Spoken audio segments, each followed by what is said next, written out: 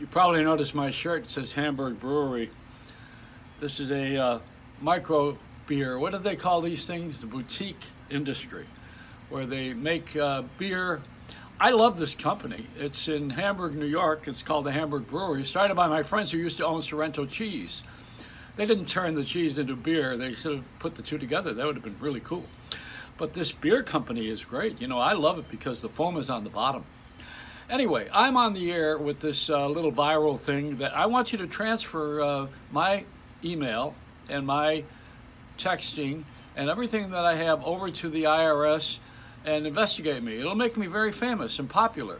Then I'll go to jail because I'll get caught for something, and I'll probably they give me capital punishment. But you know how you get out of it? By having dementia.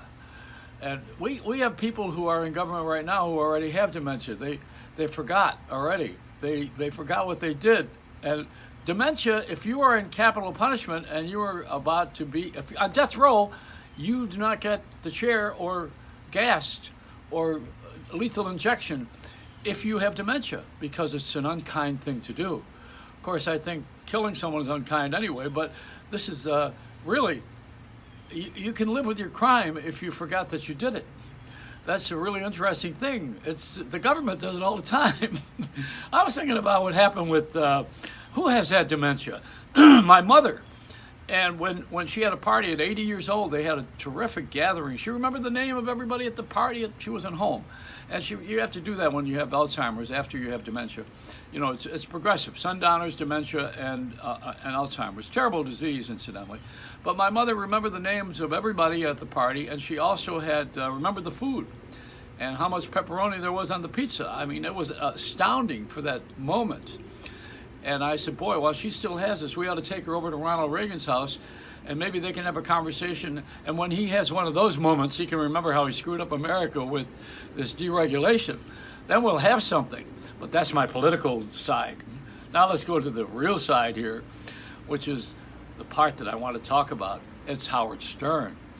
He had David Brenner on the show with him, and David's one of my favorite comics. He unfortunately passed away a couple of years ago, but David was from Philadelphia. He used to write news for Tom Snyder, and became a stand-up comic, and as you know, he sat in for Johnny Carson, if you're that old, and you remember that he was very funny and a terrific guy.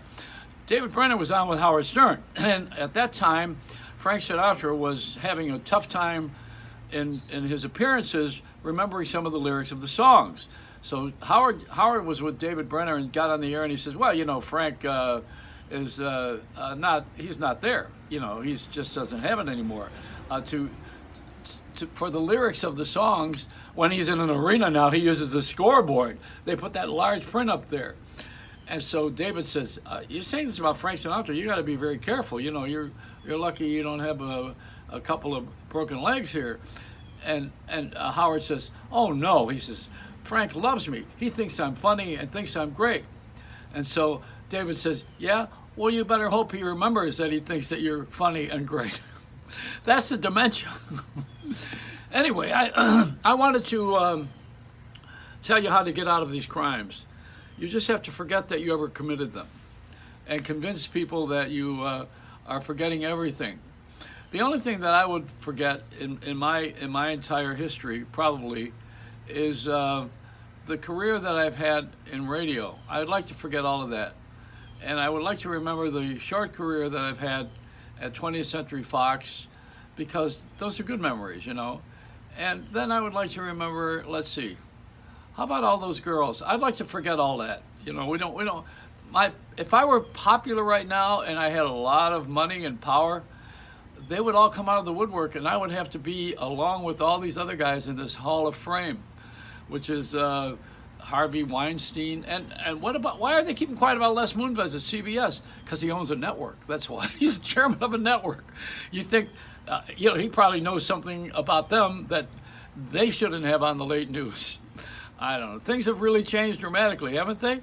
Yeah, except this is the viral Joey Reynolds on YouTube and on Facebook and on, what's the other one? JoeyReynolds.tv and SundayNightLive.com. You'll find me in a lot of different places. And you'll find me in the home for the relatively unimportant. Anyway, let a smile be your umbrella, but don't get a mouthful of rain.